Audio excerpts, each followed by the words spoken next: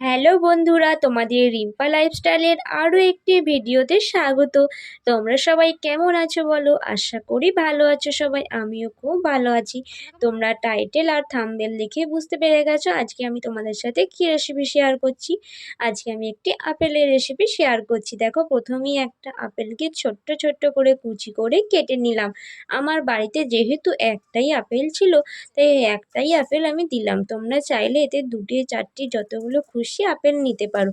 এবার দেখো, রেসিপিটাতে যে আমি একটা ভাজা মশলা দেবো যাতে রেসিপির স্বাদটা আরও ভালো হবে, তাই দেখো শুকনো খোলায় একটু শুকনো লঙ্কা, ধনে, মৌরি আর জিরে নেড়ে নিচ্ছি। দেখবে বন্ধুরা, এই শুকনো খোলায় নেড়ে নেওয়া মশলাটা তোমরা বাড়িতে বানিয়ে যে কোনো রান্নায় দেবে, রান্নার স্বাদটা আরও ভালো হবে। ওই কড়াইয়ে দেখো একটু সরিষার তেল দিয়ে দিলাম, আর একটা শুকনো লঙ্কা ও কিছুটা পাঁচফোড়ন ফোড়নে দিয়ে দিলাম।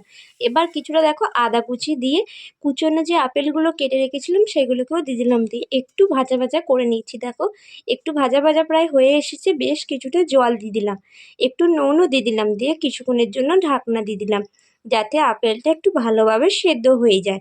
এবার দেখো ঢাকনা খুলে দেখলাম, দেখো প্রায় একটু একটু সেদ্ধ হয়ে এসেছে। এবার একটু হলুদ ও চিনি দিয়ে দিলাম, আর আমি আগে থেকে অল্প কিছুটা খেজুর ও কিশমিশ কেটে রেখেছিলাম ওইটাও দিয়ে দিলাম।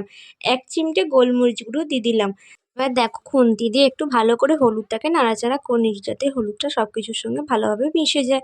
এবার দেখো নাড়াচাড়া করতে করতে দেখো যে ভাজা মশলাটা করে রেখেছিলাম ওইটা গুঁড়িয়ে রেখেছি, এবার ওই গুঁড়ানো মশলাটাকে উপর থেকে একটু ছড়িয়ে দিলাম, দিয়ে একটু নাড়াচাড়া করে দেখো এখানে আমি একটু লেবুর রস দিচ্ছি, পাতিলেবুর রস। তোমরা চাই এখানে তোমরা লেবুর রসের পরিবর্তে পাকা তেঁতুলের পাল্পটা বার করে নিয়ে সেটাও দিতে পারো। পাকা তেঁতুলটাকে জলে একটু ভিজিয়ে রেখে দিয়ে তেঁতুলের পাল্পটা বার করে লেবুর পরিবর্তে দিতে পারো, তাতেও স্বাদটা খুবই ভালো হয়। দেখো সেদ্ধ হয়ে গেছে, আপেলের টক ঝাল অম্বলটা নামিয়ে নিলাম।